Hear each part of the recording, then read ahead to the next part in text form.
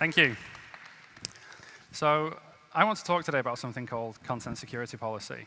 And I refer to CSP as my kind of web AppSec Swiss Army knife because there's literally so many things that it can do for us. CSP was first created to stop something called content injection attacks, or in other words, to stop bad people putting bad things into our websites. But it's evolved since then, and there's a lot more it can do for us. And I see CSP as kind of another step forwards in how security has evolved on the web. A typical browsing scenario. We have the browser that speaks to us as the host. And all of our focus was kind of on the server, making sure that our servers were secure. We would patch our applications, we would update things, we would make sure that only people that should have access to those servers did. But things evolved, and as the web evolved, we realized that our area of responsibility kind of extended out into what we call the transport layer, looking after that data in between the browser and our server as well. This was especially so since the Snowden revelations, and recently another certificate authority launched actually called Let's Encrypt that now gives free certificates so you can get HTTPS on your site. Since then, we've seen an adoption of encryption on the web at a rate that we've never before seen. But what we're doing with CSP is we're going one step further. And now, as the host, we can extend our control out into the browser. So we can stop the browser from doing things that we don't want it to do. One of the things that usually happens when I talk about a cool new browser feature or some awesome thing that everybody should be using is people say, well, I bet support's terrible. Good news, support for CSP is not terrible. CSP is supported by all mainstream browsers. Now, there's a couple of versions of CSP. We've got V1 and V2. But support is currently estimated to be between 60% and 70%.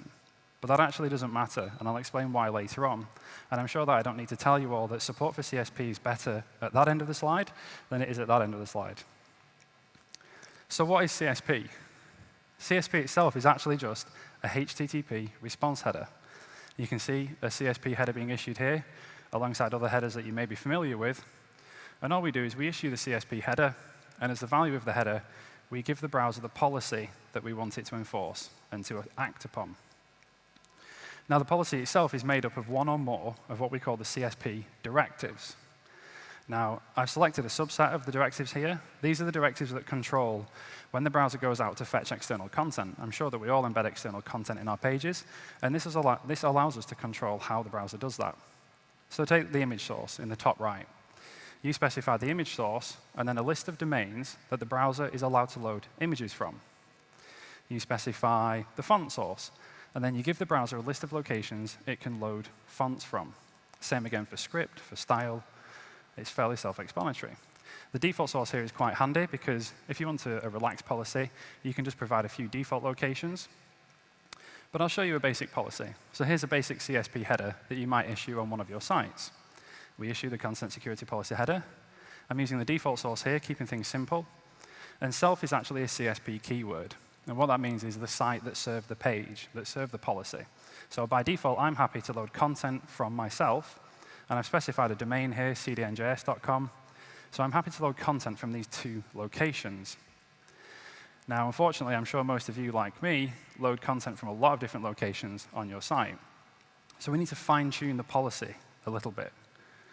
So I've gone for a default source of self here, and then I've specified the script source because I want to restrict the locations the browser can load script from. Now, when you specify a specific content type, like script source, you override the default. You don't inherit from it. So I've had to specify self again to say that I'm happy to load scripts from my own site. I've also specified two more domains here, the Cloudflare and Google CDNs. And what that then allows you to do is to have script tags like this on your page. So the browser will come through the page, it will come across the script tag, and it will look at the domain in the source attribute. It will then check your content security policy and see if those domains are whitelisted in the policy. Now, if those domains are present in the script source or the default source, then the browser will load the script and embed it into your page. If those domains are not present, then the browser will block the script from loading and will simply pass over and not execute them. And you kind of go forwards like this. You continue to fine-tune your policy. So we have the default source, we have the script source, and then we have what's called a source list. So we've covered scripts, then you move on to styles. You define all of the locations that you want to load styles from. You define all the locations you want to load images from. The child source here covers things like embedded browsing context. So that's things like iframes. If you embed a YouTube video into your site, you would need to include YouTube in the child source to be allowed to contain them in a frame on your site. And again, if these things are not in the whitelist, the browser will simply ignore them. It won't load them. It won't bring them into your pages. And one of the biggest wins of CSP is that it allows us to really effectively combat a threat, a risk online called cross-site scripting. Now, we may be familiar with what's called an inline script here. You have a script tag in your page, and the actual JavaScript is just inline in the page. It's not loaded as an external file. The problem with these is that the browser doesn't know where that script came from. Did we, as the host, put that script into the page? Or has somebody injected this script tag into the page? The browser has no information on which to make the decision, is this script safe or not? So what happens in CSP, or when you deploy CSP, is that inline script like this is blocked by default. You can't have a script tag like this in your pages if you deploy CSP. What we have to do is we have to give the browser a piece of information to make the decision on. So we externalize the script into a JavaScript file, and then we can load it from our own domain or any other. And what we've done here now is we've given the browser a piece of information to make that decision on whether or not to load or block the script, because I'm now loading the script from my own domain. So the browser will see the script tag, it'll check the source attribute against the whitelist, and it'll say, this script's OK. We're loading it from our own domain. It's whitelisted. If not, it'll just block it. It won't load it. And as I said, this is a really effective defense against cross-site scripting. And what I'm going to do is I'm going to try and do a live demo of some of the things that CSP can help us defend against. Now, I did some asking around earlier on what site I should demonstrate this on. And one of the common suggestions was a bank, because banks are supposed to be secure. They look after our money. And the other suggestion was Russian sites. So they said that I should do this against a Russian site. So I'm going to find just a Russian banking site online. I'm going to open the developer tools, and I'm going to go to the console. Now, I have a piece of JavaScript here that I'm going to copy. I'm going to paste it into the console. And in a minute, I'm going to hit Enter and close the console so that you can see what happens.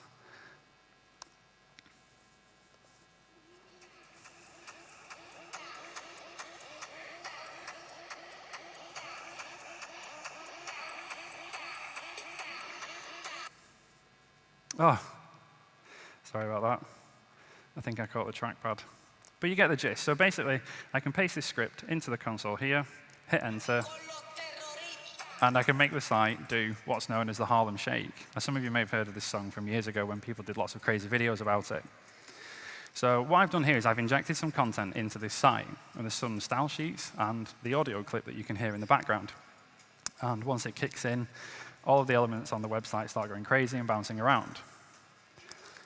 Now, a lot of people say that this isn't actually a risk. This isn't something to be concerned about. So a quick show of hands, who here thinks that this represents a risk or is indicative of a risk, or would be bothered if I'd just done that to your website on stage?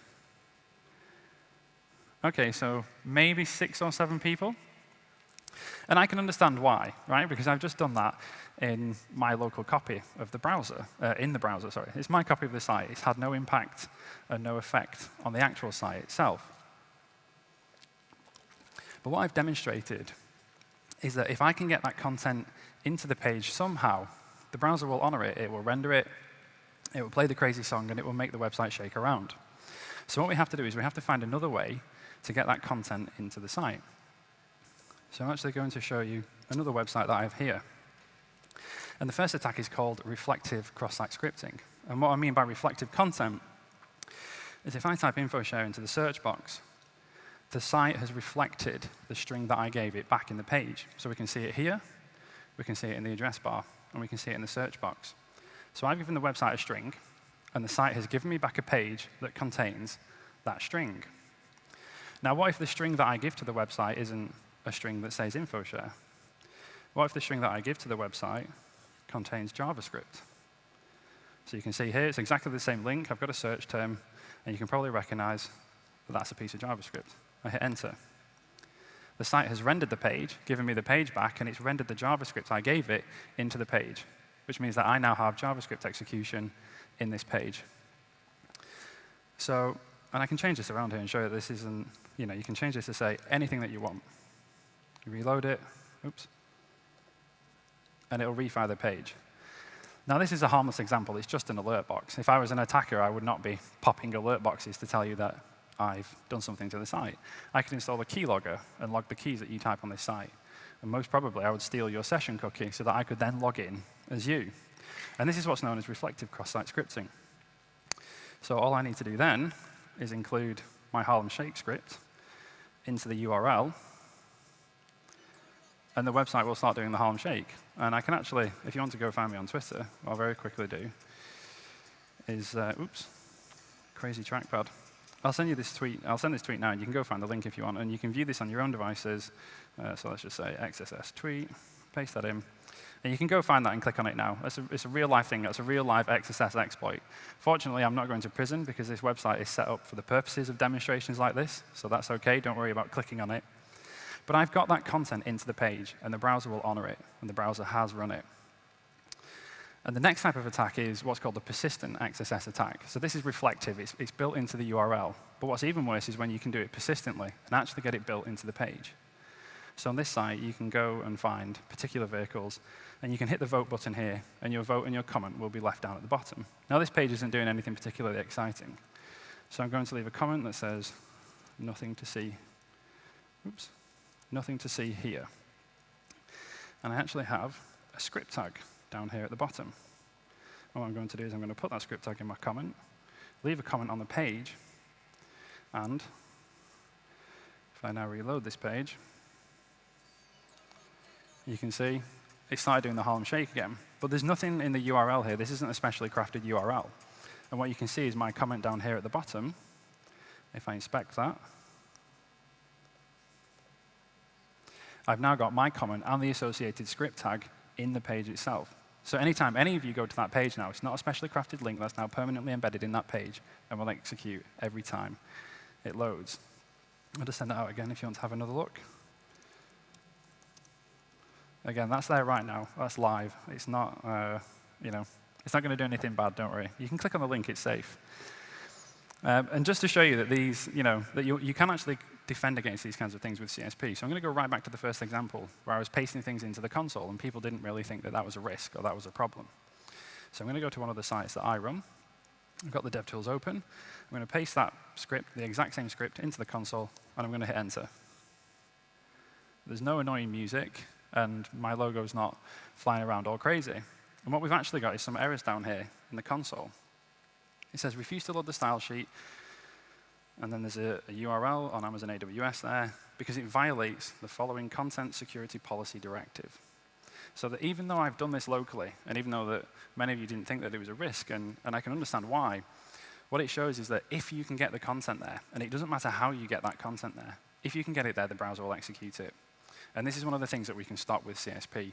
When bad content gets into our pages, we can tell the browser not to honor it. We can give it the information to make a decision on whether or not we have intended for that content to be there.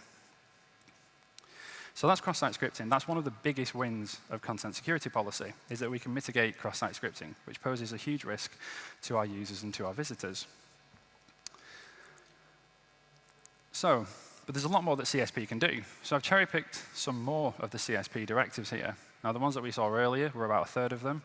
And again, I think we're only kind of around just over half of the CSP directives. I don't have time to cover all of the features of CSP because there's so many. So the form action. The form action is a really interesting one, and I really like this one because it controls where you're allowed to have post actions for forms. And I'm going to demonstrate this one as well, actually. I think I have time. So you provide a list of locations that the browser is allowed to send post requests as a result of a form being submitted. So I'll just quickly jump out and show you this one, actually. So I have a password manager on my laptop. So when I go to websites, I go back to the homepage here, hit login, and I'm going to do this live. So if I hit command /, it's the shortcut for my password manager, and I select the account that I want to log in with because I have multiple accounts. It types in my username and password, hit submit, I'm logged in. That's how it's supposed to work. But what happens if the form action has been tampered with? Maybe somebody's injected a malicious form, or maybe one of our employees has changed it to the wrong address. If we look at the form action here, I'll zoom in again so you can see. What I'm going to do is I'm going to change the form action. So I'm going to change the form and tell it to post to evil.com/stealpassword.php, because hackers always use PHP. So when I submit this form now, it's going to send my user credentials to evil.com, and I'm going to do the exact same thing.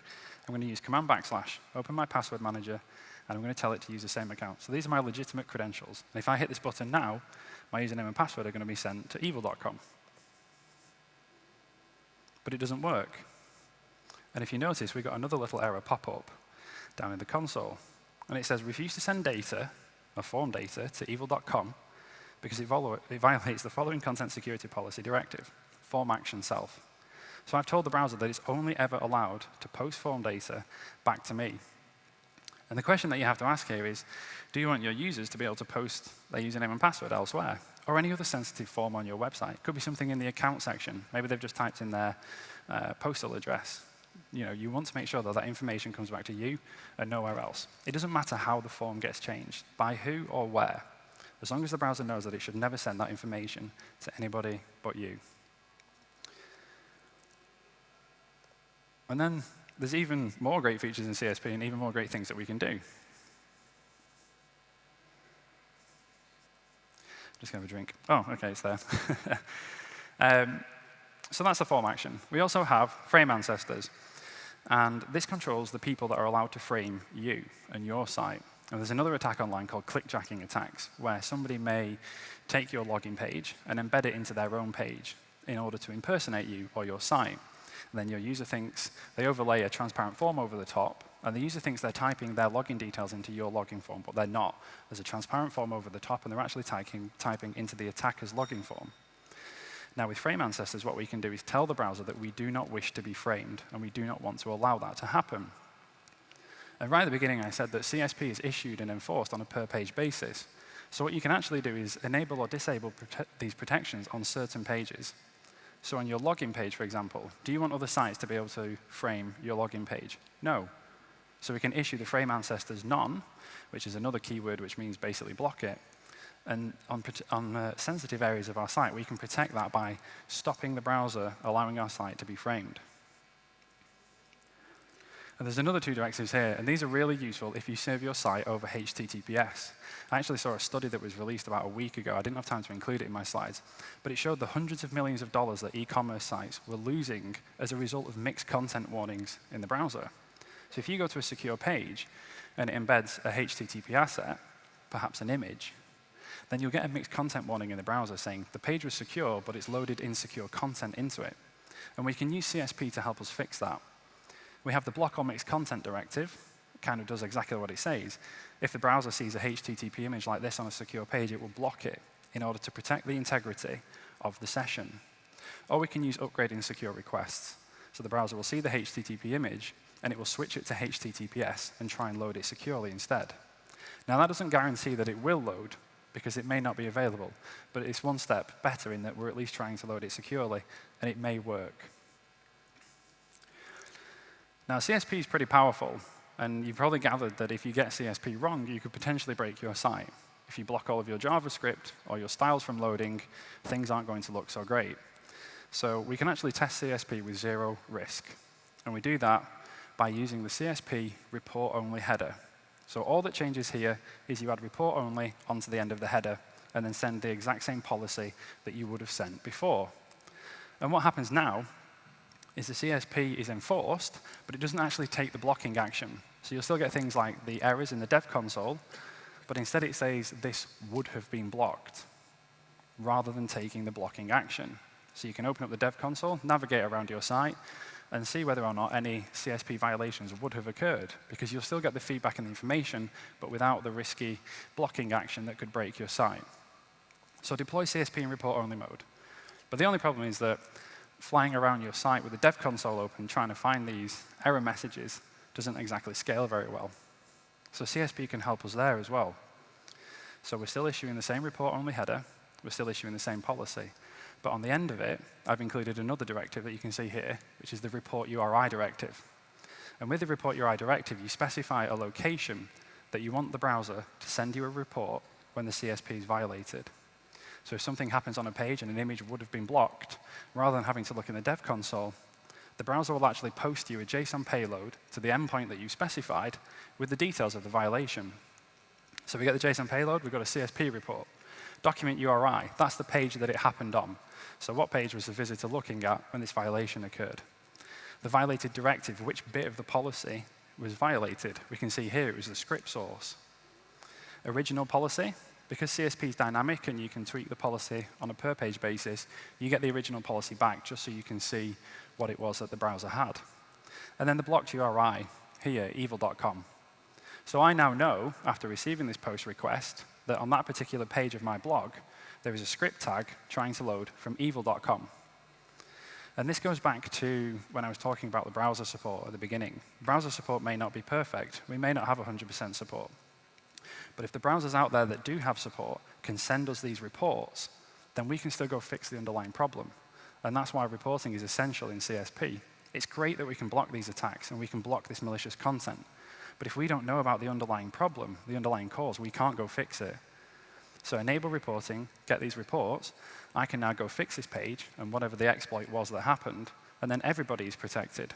So even though only a small portion of our users may have CSP support in their browser, the entire of our user base can still benefit from that.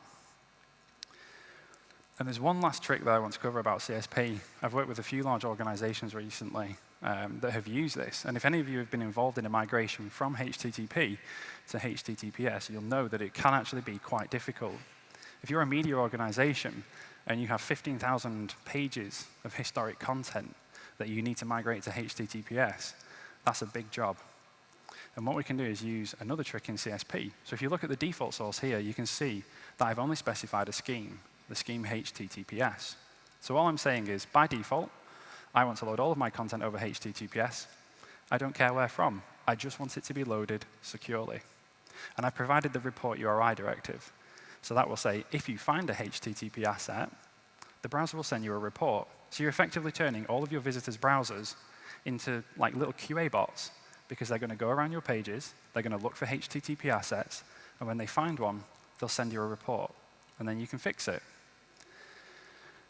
Now, the reporting can be quite noisy, so some sites have issued the reporting directive on a subset of their viewers, but it depends on the scale of your site. We're dealing with organizations with hundreds of millions of page hits a month here, but it allowed them to find all of their HTTP content in a catalog that was literally tens of thousands of pages.